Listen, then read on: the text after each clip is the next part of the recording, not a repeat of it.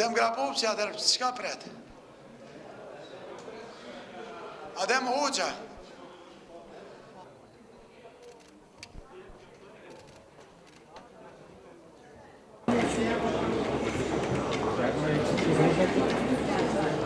To e kësh pyshit. Të kesë më vëzën qëtë se kërdoj.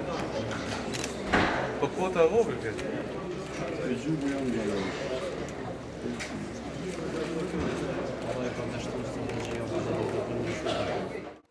Nderuar pranishë.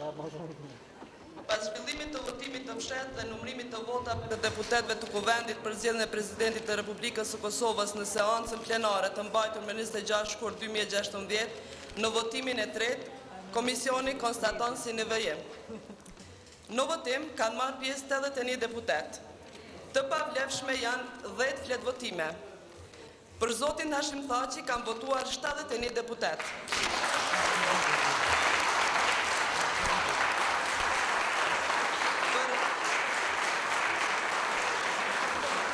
Konstatohet se zotri Hashim Thaçi zgjidhet president e Republikës Kosovës me mandat 5 vjeçor.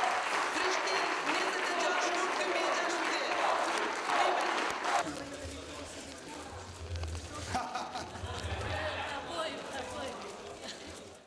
Nderuar i kryeministri i Qeverisë së Republikës së Kosovës, zotërisja Mustafa, kabinet qeveritar, deputet të respektuar, qytetarë të dashur të Republikës së Kosovës, të nderuar ambasador i Shtetit Bashkuar të Amerikës, të Bashkimit Evropian, të gjithë ju diplomatë sot që jeni prezent, fillimisht dëshiroj që t'ju falenderoj ju e deputet të nderuar për besimin ndaj meje.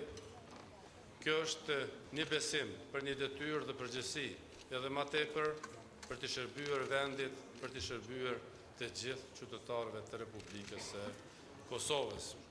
Ju falenderoj shumë të nderuar ambasador për qëndrimin tuaj të vazhdueshëm gjatë tërë ditës me ne në një proces të zgjedhjes së presidentit të Republikës së Kosovës. Dëshiroj që të falenderoj të gjithë deputetët e të gjitha partive politike që janë prezent sot në votim dhe naturisht të përshëndes të gjithë njerëzit e skenës politike kosovare. Të falenderoj Partinë Demokratike të Kosovës, Lidhjen Demokratike të Kosovës, të falenderoj Listën Serbe, të falenderoj 6+, të falenderoj deputetet e pavarur dhe respektoj me përullësin më të madhe besimin tuaj.